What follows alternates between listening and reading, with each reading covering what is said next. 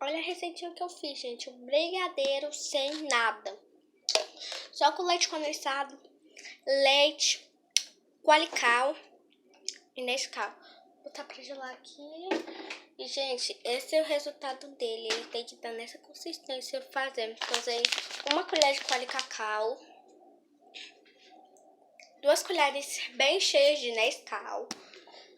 Leite condensado usei 2 vezes, mas... E leite eu usei só um pouquinho. Ó, gente. Muito bom.